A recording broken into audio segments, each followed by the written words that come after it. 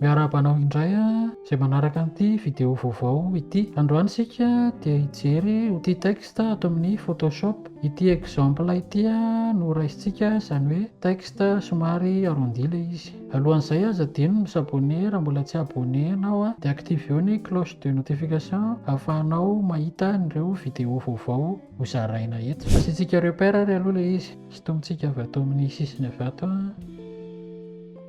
ataontsika centre daholo ny anankiroa, ny horizontal sy ny vertical. Dia maka outil ellipse isika, tracentsika ilay ellipse, esorintsika ny fond dia solointsika contour. Ataontsika somary green contour n'ilay izy. Ataontsika 1 pixel ny contour. Contrôle T dia centrentsika tsara ilay ellipse antsika. Alaintsika ny outil texte, vérifientsika aloha hoe eto amin'ilay calque an'ilay ellipse isika. Dia alaintsika ny outil texte dia rehefa miova ohatran'io ny curseur, miova ohatran'io ilay curseur dia miklik isika dia mipoitra ilay texte arrondi manaraka an'ilay tracé an'ilay ellipse. Dia modifientsika ilay texte.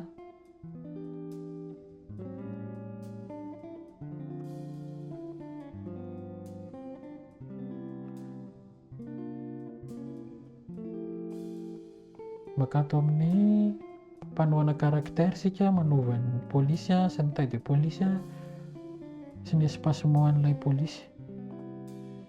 Ataoko 0 ity tavelako amin'ity ihany ny polisin'ilay izy. Rehefa vita izay dia mitracé ellipse vaovao indray isika. Ataontsika somary ngeza ilay ellipse vaovao. Esorintsika ihany ny fond an'ilay izy dia asiantsika contour.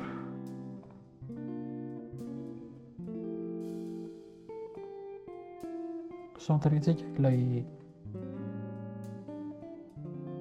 ellipse faharoa, somary ataontsika kelikely.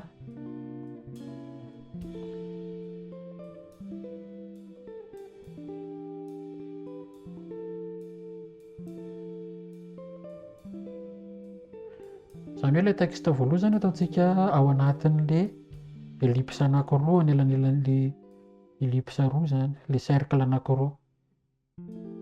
Alaintsika indray ny outil texte, vérifientsika hoe mikalka antsika eto amin'ilay ellipse faharoa ilay vao nitracentsika teo dia miklik eto indray isika. Rehefa miova ny curseur an'ilay texte dia miklik eto tsika ohatran'ilay tamin'ny voalohany ihany. Dia dino indray ny texte antsika faharoa, modifientsika indray ilay texte.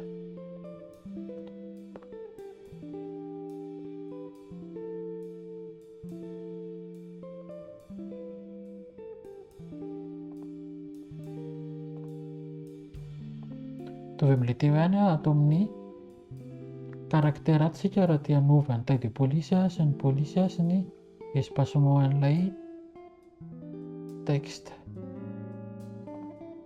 Rehefa vita izay dia raisintsika ny outil de sélection de tracé na ity flèche mainty eto ambanin'ny outil texte ity. Ahodintsika aty ambany ilay texte. Rehefa miova ohatran'io ny curseur, somary misy flèche anankiroa amin'ny ilany anankiroa amin'ilay curseur dia ahodintsika ilay texte, ahodintsika mandreva tonga aty ambany. Dia ny tanjontsika zao ataontsika mitodika mahitsy ilay texte, izany hoe ampiakarintsika ao amboniny eo anatin'ilay cercle ilay texte. Ity outil de sélection de tracé ity ihany no ampiasaintsika. Dia rehefa mipoitra ohatran'io ilay curseur n'ilay izy misy an'ilay flèche anankiroa amin'ny havia sy ankavanana dia atosikintsika miditra ao anatin'ilay ellipse ilay textentsika, dia makato amin'ny caractère isika dia somary asiantsika espace kely ilay textentsika fa somary mipetaka loatra, ataontsika 100 ohatra, dia ohatr'izao ilay izy.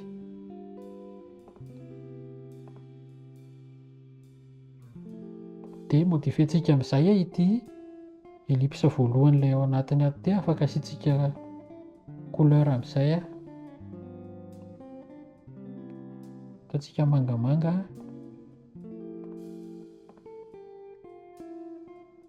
dia somary ankelezintsika kely, asorintsika kely aloha ilay ellipse ilay eo ambony, dia ity contrôle T dia somary ankelezintsika manindry shift.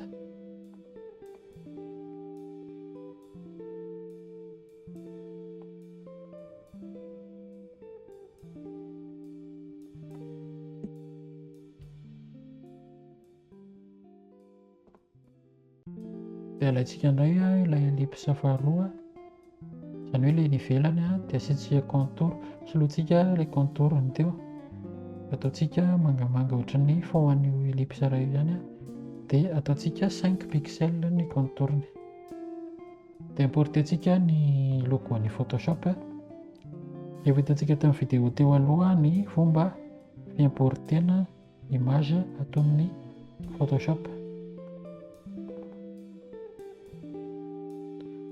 Importentsika ny logo ny Photoshop,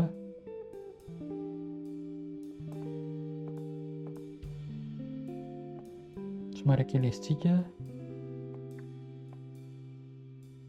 dia centrentsika.